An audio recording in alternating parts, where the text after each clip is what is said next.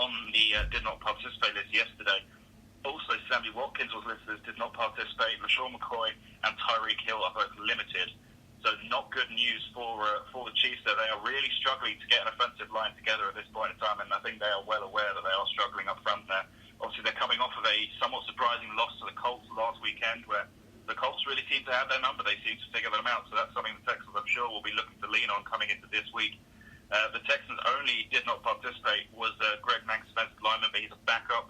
Again, they have released the injury report today, and they have no one else listed as a did not participate. A couple limited, but the only player who may not play this weekend out of them is wide receiver Kenny Stills, coming off of a hamstring injury. So apart from that, the Texans are going into it very healthy. The Chiefs not so much. So it's going to be an interesting matchup, especially when you consider that Tyrann Mathieu is starting safety for the Chiefs now. He was a Texan last year. He said earlier today that he knows the head coach there well. He knows he's going to target him early on, and he's confident going into this game. He was asked whether or not this is a strange situation for him, and he was very simple and sort of straight-faced when he basically said, I was there a year. It's not like I was there 3 or 4, so I certainly wasn't getting any inkling of any sentimental values for this game for Tyrann Mathieu there. But it's going to be an interesting game this weekend, and I'm hoping it'll be somewhat of a repeat of the 2017 game between the Texans and the Seahawks when we saw Russell Wilson and Deshaun Watson just go all guns a-blazing. I'm hoping we'll get something like that, but it all depends, I think, on how these two offensive lines can keep their QBs upright. I would think that Tyrann Mathieu wants to go ahead and get a little bit of payback for the Texans for letting him go, as well as the Cardinals. So, there's always an incentive when a player faces his old team, don't you think? Mm-hmm. I totally agree. You would imagine so, yes. I mean, the Texans were keen to keep him. They did offer him a deal, but at the end of the day, the Chiefs just out-dealt the Texans, and the Texans at the time had Brian Gaine as GM, who was a very hesitant general manager, very hesitant in particular when it came to releasing his pocket change. So it doesn't really surprise me that he didn't end up signing with the Texans. But so I don't really feel personally. I don't feel that he can have much in the way of bad blood between him and the Texans. But again, he was only there a year, so clearly he doesn't seem to feel too much there. All right, so here, that's the question of the day, okay? Lewis and I have been through it. Now you get to do it. The Miami Dolphins against the Washington Redskins. Find me the name of a bowl game that describes this contest. I saw a fantastic graphic the other day on social media, and it was simply described as the Tank Bowl. And I love that. And I think that's perfect, because let's be honest, they're both looking to lose this so they can get the top pick next year. I think that's the way we're going at this point. Wow. These teams are in a terrible position right now, and I think the Tank Bowl is definitely the one I'm going to stick with. You're sticking with it, and everybody else. Can you come up with something different anyway, since everybody's using social media? You got to come up with something original. I'll give you a second choice, but we'll still keep with your first one. Let me think. Yeah, you need to think a little there, don't you? That's a tough pick. Should we just call it the Tua Bowl? The what? The Tua, I like that one. Yeah, Tank for Tua. I'll take that one. Okay, you're fine. All right. So, all right, that's okay. It's original. We're looking for something different. You gave it to us. So, all right. So let's since they're having a game out in London this week. Okay, you got the Buccaneers and the Panthers. What are your homies going to say about this one? And what do you expect out of that game? I'm very excited for this game simply because I'm looking forward to seeing what Christian McCaffrey can do. I mean, he has been unbelievable these last couple of weeks. Had over 200 yards again last week. Yes, I know he's a bit banged up because they're leaning on him so much, but I'm sure he's going to absolutely ball out in London. It's going to be a fantastic game. I mean, last week went so well from London's point of view. The stadium was fantastic. There were no issues at all. So I'm really looking forward to this. I think it's going to be very entertaining watching Ndamukong Suh up against Christian McCaffrey there, and I'm hoping for a good matchup. But overall, I'm still going to say that the Panthers are going into it as the favourites. Personally, I'm still not convinced by the Bucs 100%. I'm far more convinced by the Panthers and Kyle Allen. To be honest, he's been a big surprise for me so far. I doubted him coming in, but he's not been bad at all. So I'm going to go for Kyle Allen in this one. All right, well, since you're not going to be on the show before Tuesday, you get a crack at the Monday night game. You got the Detroit Lions and the Green Bay Packers. What's your take on this one, UK? This is a tough one to call because, again, the Packers were very good for most of that Cowboys game last weekend, but they really sort of dissipated a bit towards the end, and they've got some injury issues. It's a close one because the Lions have been much better during the regular season than a lot of people, including myself, expected. I was not impressed by them whatsoever in pre-season, but they seem to have gotten it together, and it's a tough one to call, but I'm going to go Packers because I really like this Packers defense, especially their secondary. I think they're extremely solid there, and I think the offense slowly but surely is coming out on the map floor there. Don't get me wrong, I think Patricia's doing a good job up in Detroit, but I'm still going to say that the Packers, for me, are going to edge it. Okay, so tell me then, are the Packers going to get their points by running the football, or are they going to get it in the air? That's a tough one. I'm going to stick with running the ball. I mean, Aaron Jones had just over 100 yards and 4 touchdowns in the last game. I mean, he was dominant, to say the least. But they have some good targets to rely on in the passing game as well. And it's a tough one because I'm hoping they can get some more out of Jimmy Graham. That's something I still want to see a bit more from. I know they're starting to rely a little bit more on him here and there. But I'm hoping that he can really settle in the system and show what he can do alongside Aaron Rodgers. But I'm going to say that they're going to rely on what they know has been working for them, which is Aaron Jones. Well, let me ask you a question, because then Lewis has a question he wants to ask you. Do you think I've worked with you for a while now. You know, that's a tough one. That's a tough one. You think I ever come up with anything easy for you? Really? Certainly not. What's the fun in that? Let's be honest. Okay. All right, Lewis, what do you want to ask him? I wasn't going to ask him anything, but I was just pointing out, I mean, they did start to incorporate Graham, last week in that game against Dallas. He only...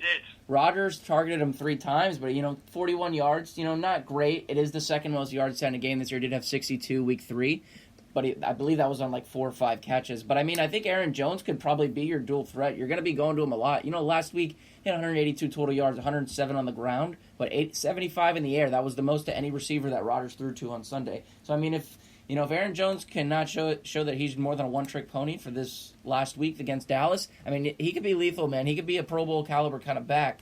I want to see him run over 20 yards on a single carry. He hasn't done that. He hasn't actually gone more than 18 yards on a single carry this year. But, I mean, if they keep relying on him, keep working on that relationship between Rodgers and Graham, I mean, this Packers team could take off, man. I know they're already 4-1 now, but if LaFleur, works on that red zone offense a little bit, I think that team's scary, man. Look for them to be an NFC Super Bowl team if they keep going. Because what I really enjoyed from that Cowboys game last week is that everyone was going into it, as far as I could tell, talking, and they would not stop talking about the Cowboys and how good they look and how consistent they were at the start of the season. Yes, they fell off a bit, but they should be fine.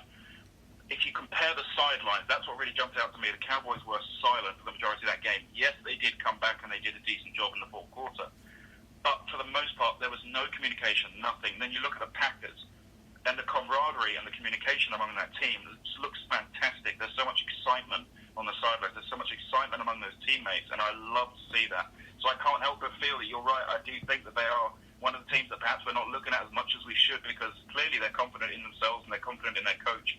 We can debate whether or not Aaron Rodgers is confident in LaFleur at this point in time, but I think they're certainly getting to that point where you can't dispute the fact that they're a good team this year. All right, well, we'll get you out of here on this one note, okay? And that's this. The Oakland Raiders are now 3-2 after 5 contests. Do you think that they could be a playoff-bound team, UK? I'm going to go with yes at this point in time, because I have seen quite a quick improvement from them. And what I enjoyed most from that Bears game was that they showed real grit. They showed real determination towards the end.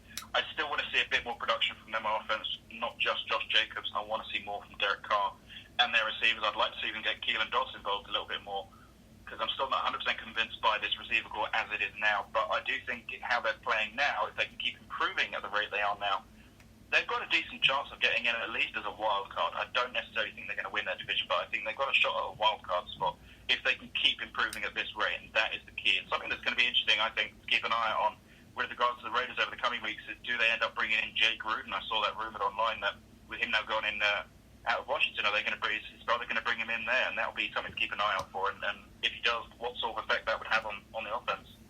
Yeah, I mean, I'd like to see the Raiders get to the playoffs as far as they can, knowing it's their final year in Oakland for sure. So if there's a storyline, I'd like to see, that would certainly be one.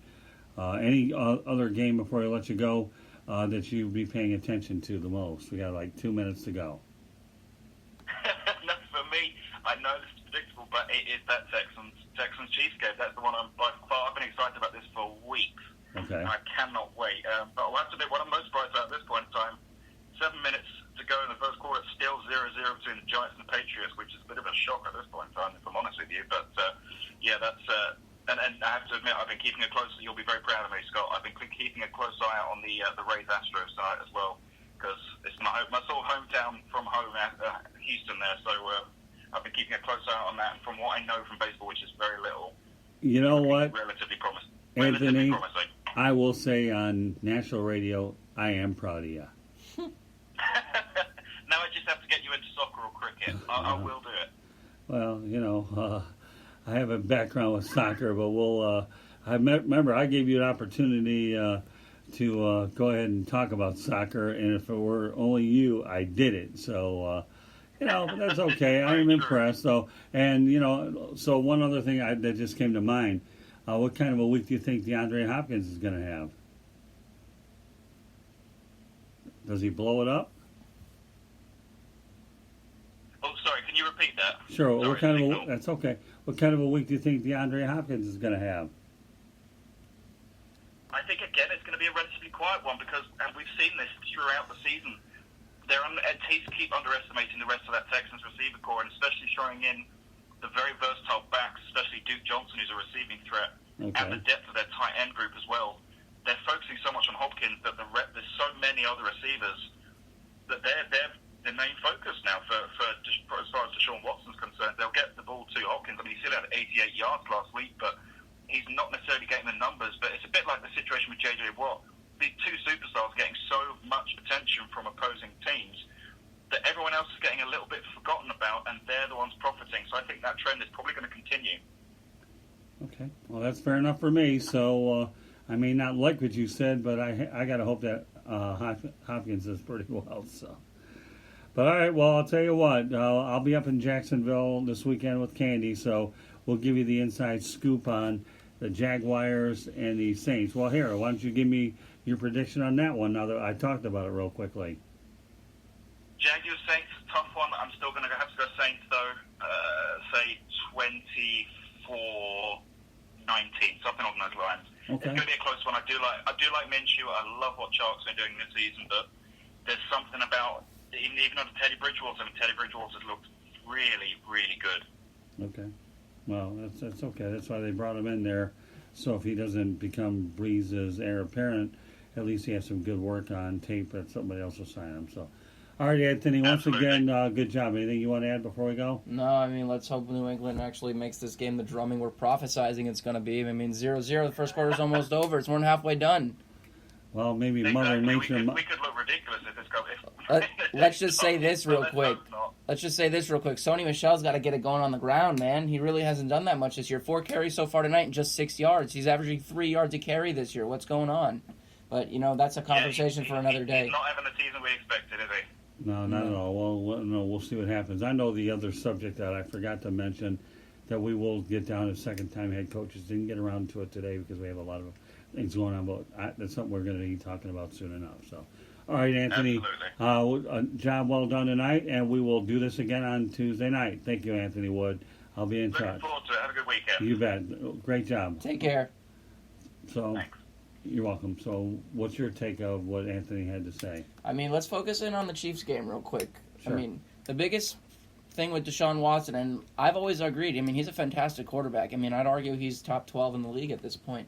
But, there's only been 2 games in his career, and he's played nearly 40 games in the NFL now where he has not been victim of the pass rush. 2 games in his career, Scott, where he has not drawn a sack. That last game, my birthday, October 25th last year against our Miami Dolphins, in which Deshaun Watson put up 5 touchdowns passing, that a QBR rate, a passer rating of 156, the second highest mark of his career, only to last week's drumming of the Falcons. So, I mean, yeah, the secret to Deshaun Watson is get to him with the pass rush. The problem is the Chiefs do not have a good defense, the 25th overall ranked defense this year as far as average yards allowed per game. So, I mean, again, we know the Chiefs don't have a big defense, same way that the Falcons don't. The problem is Patrick Mahomes at this point is arguably the best quarterback in the NFL. Matt Ryan's still a very good quarterback. I would argue still top 10, maybe even top 8. He hasn't thrown a game under 300 passing yards in the last 7 weeks, dating back to the last season. But again, those two defenses are not good.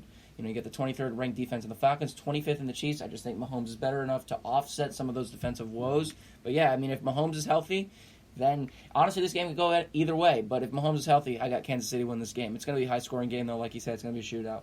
Yeah, well, that's right. We're talking about that's true. So, all right. Well, with that said, folks, Mel Farr should be coming on any moment. Mel probably will not be talking football tonight, so he lives in the Atlanta area. So when Mel comes on, we'll definitely be talking about the Braves. It's really not a beat